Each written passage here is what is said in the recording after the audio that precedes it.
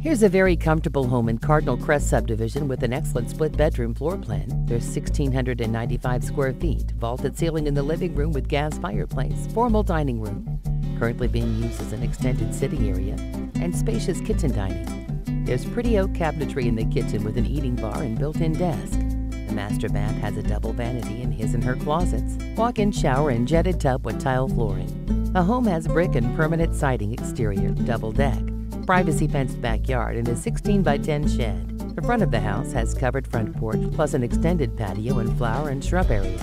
The lawn sprinkler in the front and backyard, roof shingles, tile flooring in both baths and the kitchen, dishwater, water heater. Storm door deck and privacy fence are just a few of the items replaced since 2006. And the convenience of underground utilities. Many other enhancements since the home was purchased have been done. See this one soon.